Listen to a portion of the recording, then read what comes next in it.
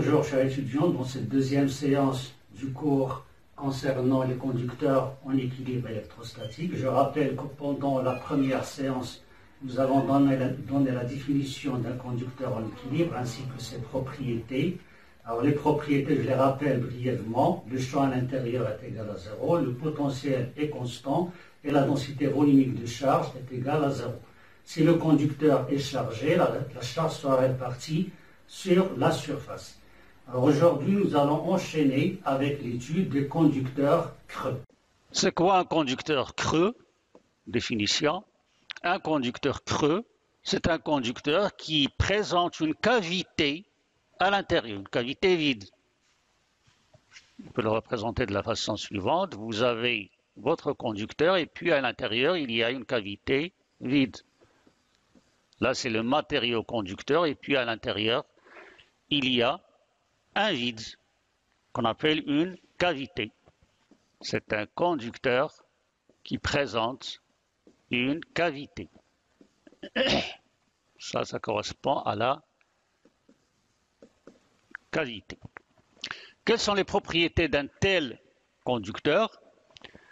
C'est sûr que dans la partie matérielle, là où il y a le conducteur, si le conducteur est en équilibre, je vais avoir les mêmes propriétés que ce que nous avons déjà établi.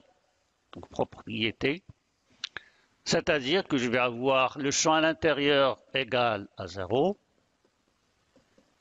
le potentiel V égal à VI égal à constante,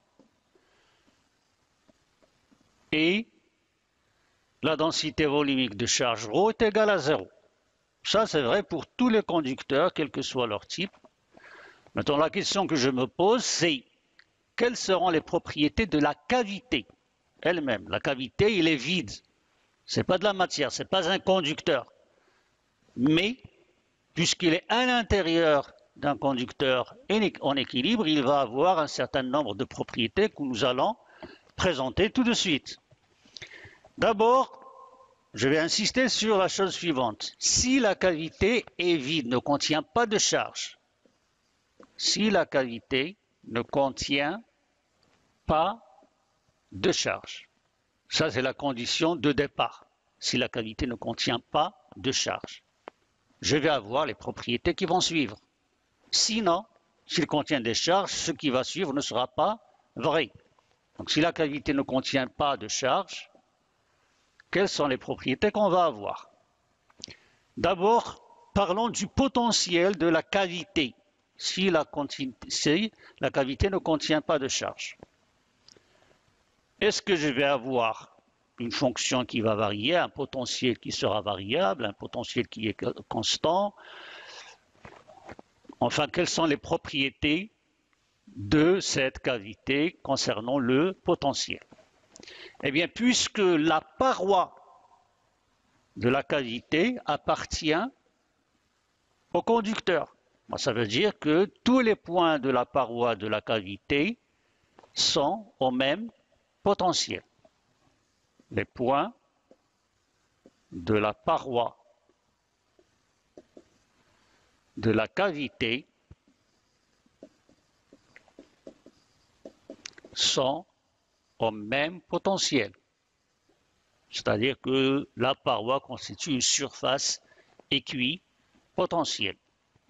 Et sachant que le potentiel est une fonction qui est continue. Donc si je me déplace d'un point de la cavité vers un autre point qui est diamétralement opposé, qui est de l'autre côté, en passant par la cavité, que va faire le potentiel? Eh bien, nous avons trois possibilités. Ou bien il va d'abord croître, ou bien il va décroître, ou bien il va rester constant. On va discuter les trois cas. Si il commence par augmenter, ça veut dire que pour revenir à sa valeur de départ au niveau de l'autre point, si je prends un point M ici, et un point M' en face, si le potentiel augmente, je vais le tracer comme ça en rouge, si je suppose que le potentiel augmente. Pour revenir à sa position, il doit redescendre. Ce qui veut dire qu'il doit passer par un maximum. Ça, c'est le premier cas. Or, nous avons déjà vu que le potentiel ne présente d'extrémum que sur une charge. Le potentiel, ça, vous pouvez revenir au premier chapitre de l'électrostatique, et vous allez retrouver cette propriété que nous avons déjà établie. Le potentiel ne peut présenter d'extrémum, c'est-à-dire de maximum ou bien de minimum, que sur une charge. Le maximum, c'est sur une charge positive, le minimum, c'est sur une charge négative. Or, nous avons dit que la cavité ne contient pas de charge, ce qui veut dire que je ne peux pas avoir de maximum.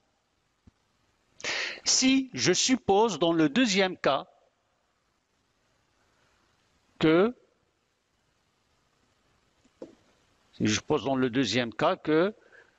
le potentiel commence par décroître. Alors dans ce cas, pour rejoindre la valeur de départ, il est obligé de croître, ce qui veut dire qu'il va passer par un minimum, ce qui est aussi impossible parce que le minimum de potentiel ne peut être situé que sur une charge négative. Et nous avons supposé au départ que la cavité ne contient pas de charge. Donc les deux possibilités vont donner, enfin les deux cas sont impossibles, donc ce sont deux possibilités à écarter, et il ne reste que la troisième possibilité, c'est-à-dire que le potentiel reste constant dans la cavité. Si le potentiel reste constant dans la cavité, il va garder la même valeur et par conséquent, je peux dire que le potentiel dans la cavité est le même que le potentiel dans le conducteur. Donc je résume ce que je viens de dire. Les points de la paroi de la cavité sont le même potentiel. Donc nécessairement, le potentiel dans la cavité est le même que celui du conducteur, car il n'y a pas de charge dans la cavité et par conséquent, pas d'extrémum de V. Donc la propriété que je viens d'établir, c'est que V dans la cavité égale à V dans le conducteur, égale bien sûr à une constante. Le potentiel dans la cavité vide, qui ne contient pas de charge, est un potentiel qui est constant. Alors le reste va être évident, puisque V de la cavité est égal à constante, quel sera le champ dans la cavité? Vous avez la relation E dans la cavité égale à moins gradient de V dans la cavité et qui sera égal aussi à 0. Le potentiel dans la cavité d'un conducteur creux est égal aussi à 0. Et bien sûr, bien évidemment, cavité vide, donc ρ est égal à 0 dans la cavité. Cavité non chargée, donc ρ de la cavité est aussi égal à 0. Donc, dans la cavité, j'ai les mêmes propriétés que dans le conducteur. j'ai le champ E qui est égal à 0, j'ai le potentiel qui est constant et qui est le même que celui du conducteur, et j'ai ρ qui est égal à 0. Donc, on a étendu les propriétés d'un conducteur, qui est un matériau, à sa cavité qui est normalement vide, lorsqu'il ne contient pas de charge. Je répète, si la cavité contient des charges, alors dans ce cas, le raisonnement que je viens de faire ne sera plus valable. Parce que s'il contient des charges, le potentiel peut présenter un extrémum, et donc il n'est pas constant. S'il n'est pas constant, le champ n'est pas nul, et aussi la distribution de charges, la répartition de charges sera, la densité de charge sera non nulle. Alors maintenant, la question qui se pose, si le conducteur est chargé, si le conducteur creux est chargé, où se trouve, si le conducteur creux est chargé, où va se trouver les charges excédentaires? Lorsque le conducteur n'est pas chargé, les charges se trouvent sur la surface du conducteur. Conducteur non creux, vous avez uniquement la surface externe. Mais si le conducteur est creux, on a maintenant deux surfaces, une surface interne et une surface externe. A priori, on va dire que la charge va se répartir sur les deux surfaces, interne et externe. Vérifions, est-ce que c'est possible ou non. Alors pour cela, on va montrer la chose suivante. Je schématise mon conducteur creux, qui est en équilibre, bien sûr.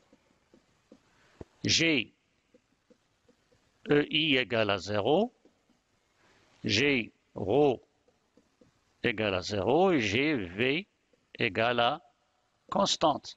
Dans la cavité, j'ai la même chose. EC égale à 0 et j'ai V qui est égal à constante. Si le conducteur est chargé, par exemple positivement, je vais supposer que la charge excédentaire va se mettre sur les deux surfaces. Je vais avoir des charges ici, sur la surface externe, et aussi des charges sur la surface interne. Si c'est le cas, si j'ai des charges sur la surface externe et sur la surface interne, je vais essayer d'appliquer le théorème de Gauss. On choisit une surface fermée, S, complètement dans le conducteur. Complètement dans le conducteur. Donc il va entourer la cavité, la surface interne. Elle entoure la cavité. Je représente ici cette surface. Elle est comme ça. Voilà la surface fermée S. Lorsque j'ai représenté les charges, là je vais avoir une charge externe et là une charge interne sur la surface interne. Donc si j'applique le théorème de Gauss à cette surface, qu'est-ce que je vais obtenir d'après le théorème de Gauss? Je vais avoir le flux de E à travers cette surface fermée S, ds, égale à QI sur epsilon 0. Le flux de E à travers la surface fermée dans le conducteur, le champ E est égal à 0. Donc ce flux est égal à 0. Égal. Quelle est la charge à l'intérieur de la surface de Gauss? Eh bien, c'est clair que la charge à l'intérieur, c'est la charge Q sur la surface interne, Q que j'ai ici. ce qui implique que la charge sur la surface interne est égale à 0. Conclusion, si le conducteur creux est chargé, donc nécessairement, la charge est répartie sur la surface externe. La charge est répartie sur la surface externe. Et il n'y a rien sur la surface interne.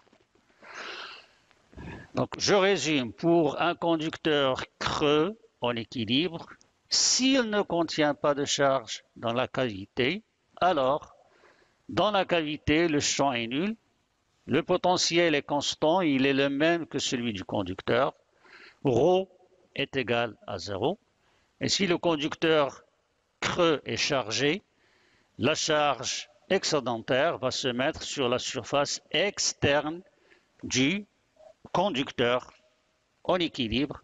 Sur la surface de la cavité, il n'y aura rien. Si maintenant le conducteur creux présente une ouverture qui relie la cavité vers l'extérieur, si le conducteur creux présente une ouverture, comme ça par exemple, qui relie la cavité à l'extérieur, mon conducteur qui est comme ça, avec une ouverture, là vous avez la cavité, ça c'est l'ouverture, et là c'est le conducteur. Bien, lorsque c'est un conducteur en équilibre, je vais avoir toujours E, I égale à 0, V égale à constante, et ρ égale à 0, aussi bien dans la cavité que dans le conducteur. Qu'est-ce que je peux dire du vide de l'ouverture?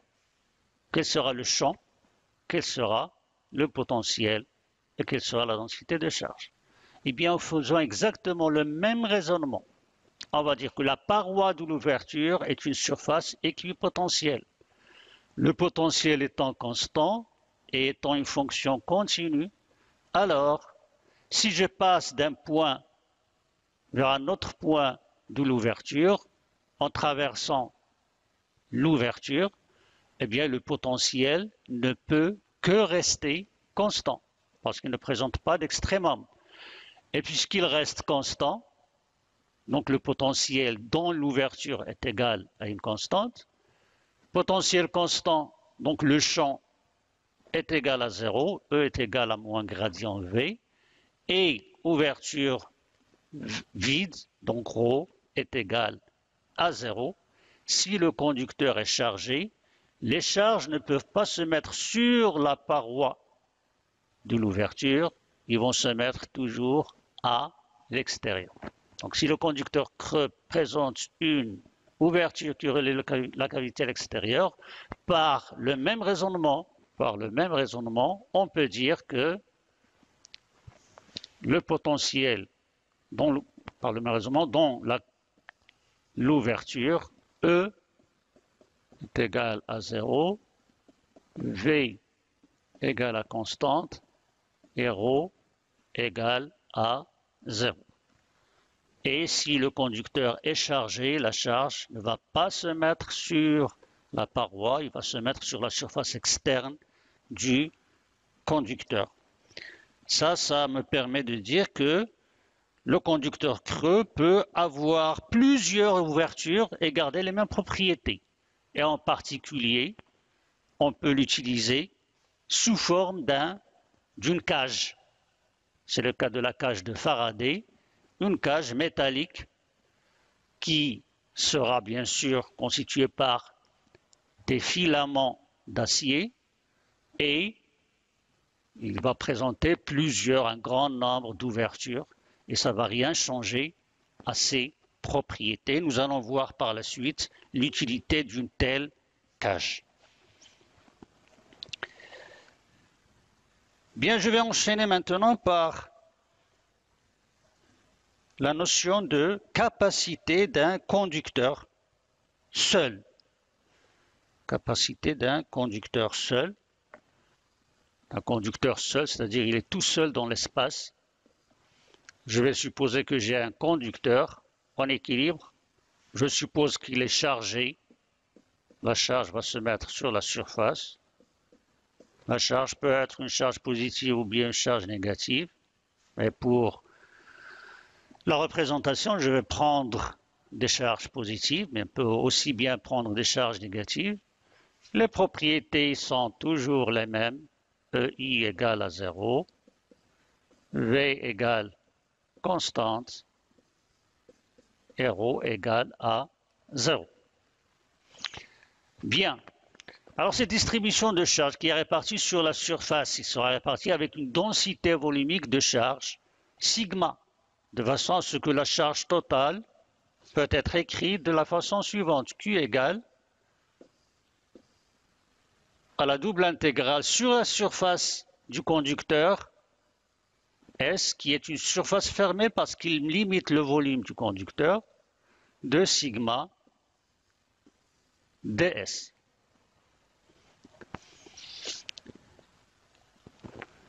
Et aussi, je peux calculer le potentiel ou bien exprimer le potentiel V, qui est le potentiel du conducteur.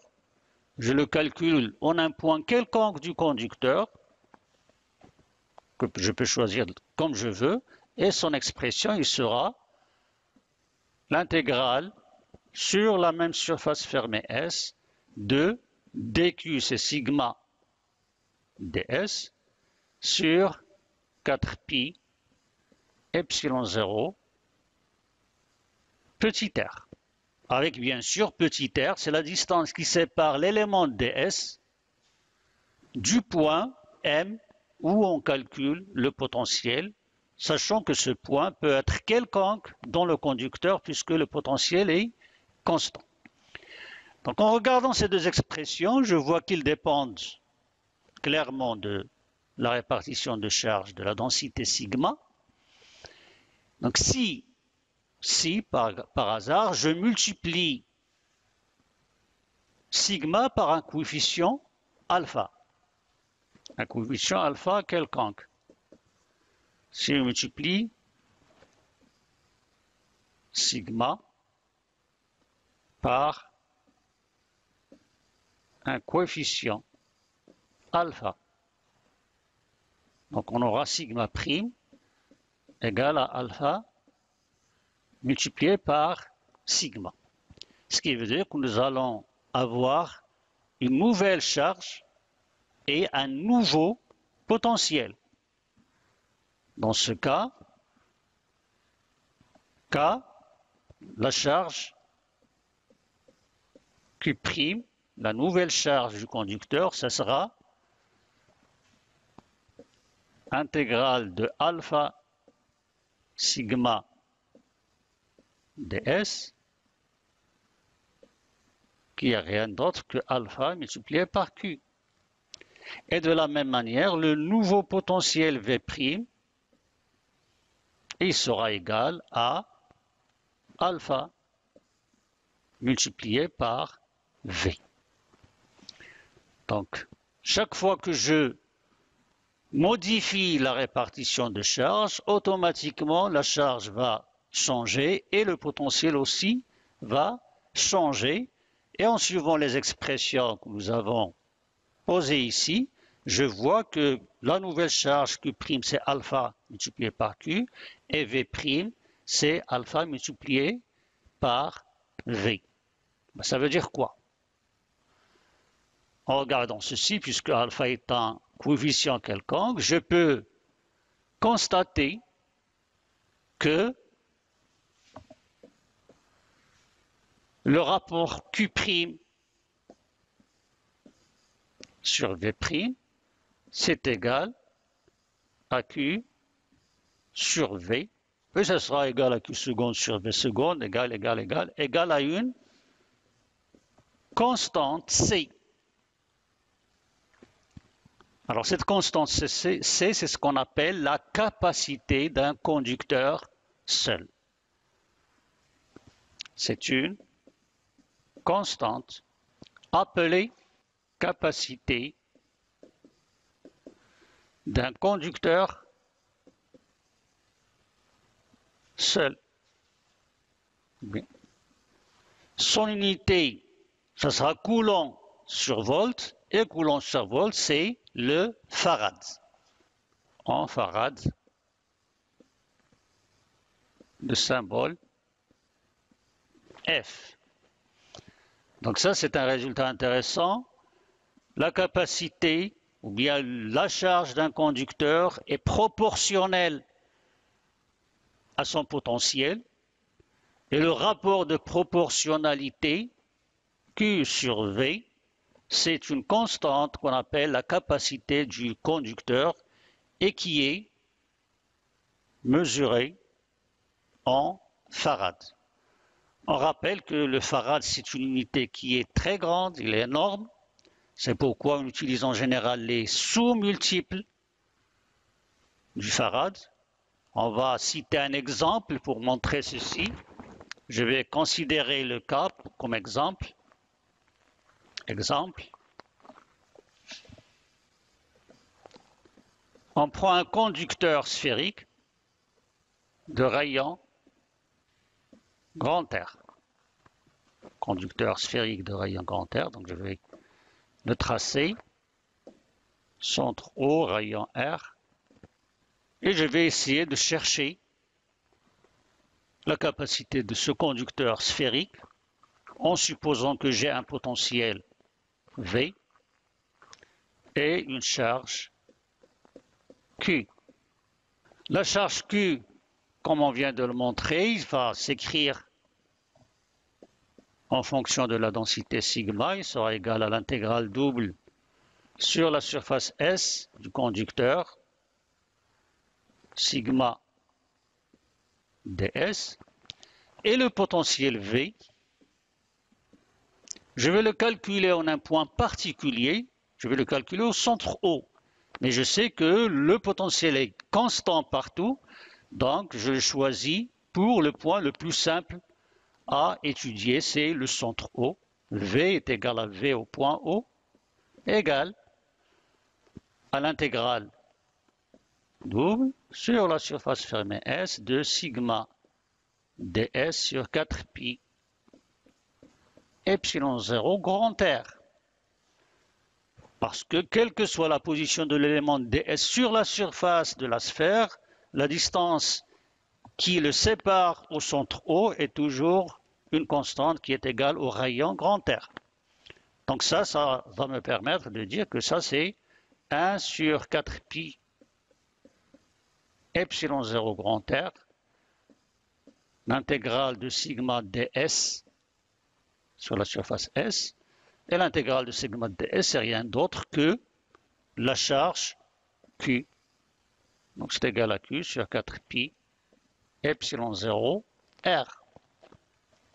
D'où je tire l'expression de la capacité C de ce conducteur sphérique. C est égal à Q sur V, et ça sera égal à 4 pi epsilon 0 R.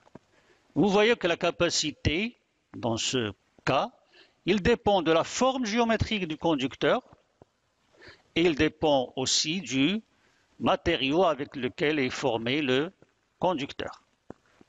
Mais en général, c'est égal à 4 pi epsilon 0 R. Dans le cas d'un conducteur sphérique, c'est la capacité. Si je veux faire une application numérique, en prenant un conducteur sphérique énorme, qui est celui de la Terre peut être assimilée à un conducteur qui a une forme sphérique et qui a un rayon gigantesque, R est égal à 6400 km, eh bien si on fait l'application numérique, on trouve que la capacité de la Terre est égale à environ 700 microfarads. 700 microfarads, donc c'est quelque chose qui est très faible, c'est 0,7 millifarad, ce qui veut dire que vraiment l'unité de 1 farad, c'est quelque chose d'énorme. Parce que la Terre tout entière a seulement comme capacité une capacité de 0,7 millifarad. Bien, nous avons terminé pour le chapitre d'aujourd'hui. Nous avons parlé des conducteurs en équilibre, leur définition, leurs propriétés, les propriétés de la cavité d'un conducteur en équilibre et la notion de capacité d'un conducteur. On arrête là pour aujourd'hui pour poursuivre le chapitre prochain qui sera dédié à l'influence électrostatique. Je vous remercie pour votre attention.